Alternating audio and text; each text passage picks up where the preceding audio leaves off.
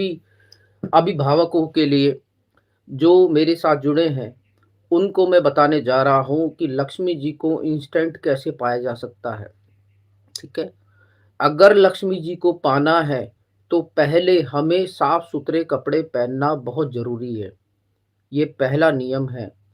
दूसरा नियम ये है कि हम अपने हाथ और पैर के जो तलवे होते हैं, उनको एकदम क्लीन रखना है आपको, बिल्कुल क्लीन रखना है आपको, ठीक है?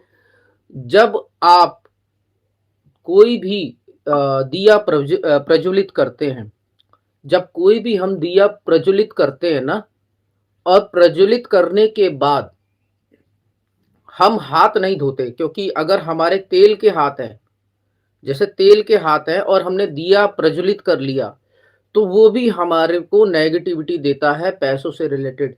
सपोज़ अगर आप पहले दिया बना रहे हो, तो जो तेल अगर आपके हाथ में लग गया या घी आपके हाथ में लग गया, उसको आपको पहले साफ करना है, उसके बाद ही आपको दिया जलाना है, ठीक है? और दिया जब आप जलाएँ, तो क्या चीज़ें ऐसी डालें जिससे लक्ष्मी तुरंत अट्रैक्ट होके आपके पास आएगी, तो वो चीज़ आपको बता रहा हूँ। एक देसी घी का आपको दिया बनाना है, आपको देसी घी ही डालना है और कुछ नहीं, ठीक है? आपको देसी घी का एक दिया बनाना है, मिट्टी के जो छोटे से दिए आते हैं, बने-बनाए जो मिट्टी के होते हैं, उसी में आपको क्या करना, कलावा होता है रेड कलर का जो हाथ में बाँधते हैं, ठीक है? उसको तोड़ना, उसकी बत्ती बनाना, ठीक है?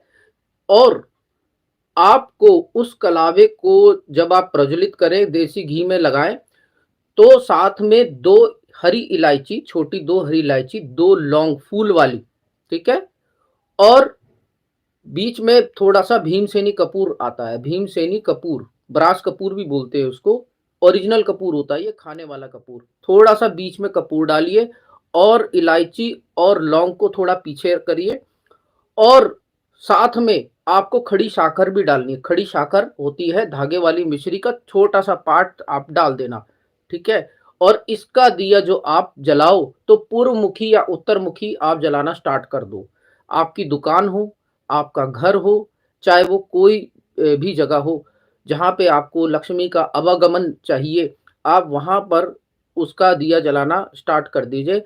लक्ष्मी जी की कोई भी प्रतिमा हो या मूर्ति हो, उनके आगे वो दिया जलाना स्टार्ट कर दीजिए। अब मंत्र क्या होगा? ओम सरस्वती ईश्वरी भगवती माता क्राम क्लीम श्रीम श्रीम मम धनम देहि फट स्वाहा। ओम सरस्वती ईश्वरी भगवती माता क्राम क्लीम श्रीम श्रीम मम धनम देहि फट स्वाहा।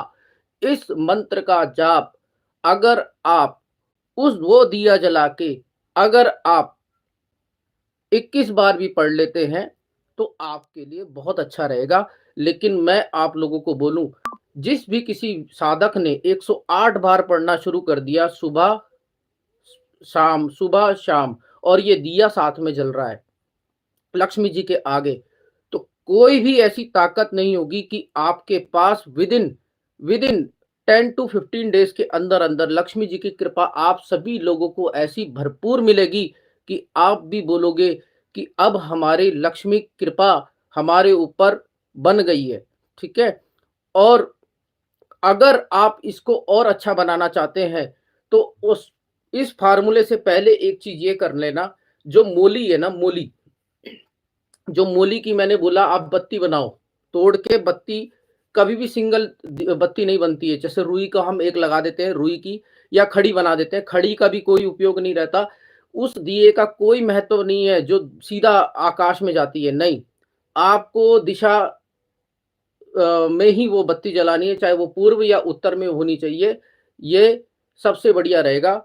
आपको वो दिया उसी दिशा में जलाना है, ये पहली चीज़। और जो कलावा है ना कलावा, उसको पहले आप अगर